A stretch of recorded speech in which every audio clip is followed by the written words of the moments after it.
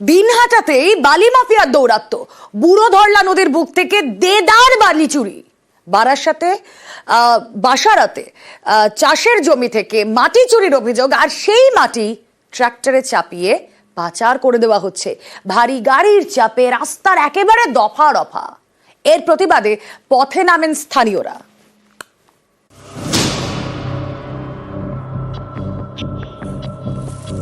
কোচবিহারের দিনহাটা 1 নম্বর ব্লকের মাতালহাট গ্রাম পঞ্চায়েত। এই এলাকায় গা ঘেঁষে বয়ে গিয়েছে বুড়ো ধরলা নদী। এখন শুকনো এই বুড়ো ধরলার বালিতেই নজর মাফিয়ার। দিনে দুপুরে চলছে বালি চুরি, তারপর ট্রাক্টরে চাপিয়ে পাচার।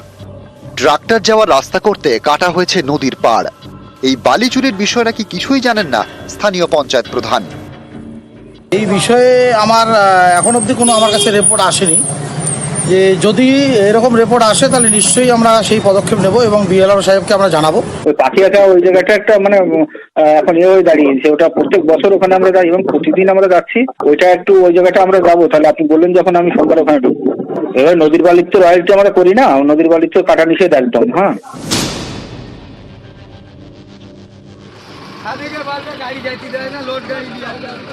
উত্তর 24 পরগনার বারাসাত 2 নম্বর ব্লকের ধোকরা।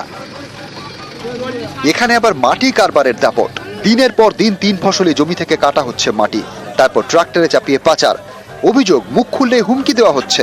স্থানীয়দের এও অভিযোগ, ভারী গাড়ির দাপটে রাস্তার ক্ষতি হচ্ছে। এরই প্রতিবাদে রবিবার রাতে স্থানীয়রা মাটির গাড়ি আটকান, বিক্ষোভও দেখান। রাত্রে মাটি পাচার হচ্ছে, জিসিবি ট্র্যাক্টর লাগিয়ে, চাষবাস লাগিয়ে। আজকে আমরা 8-10টা ছেলে মিলে গাড়িকে আটকালাম। কিছু গাড়িওয়ালাকে বললাম যে তোমরা খালি গাড়ি যাচ্ছে, লোড গাড়ি যেন নিয়ে না আসবে। বলার পরে কিছু লোক আসলে মারবো, হুমকুনি দিলে, একটু চমকালে। তো আমরা চাই যদি লিগাল থেকে থাকে চলো, আর আনলিগাল হলে আমরা চাই বন্ধ হয়ে যায়। ধোকরা এলাকা থেকে 2টি মাটির গাড়ি বাজেয়াপ্ত করে পুলিশ। দিনহাটা থেকে শুভঙ্কর সাহা, বারাসাত থেকে জিয়াউল আলম, নিউজ 18 বাংলা।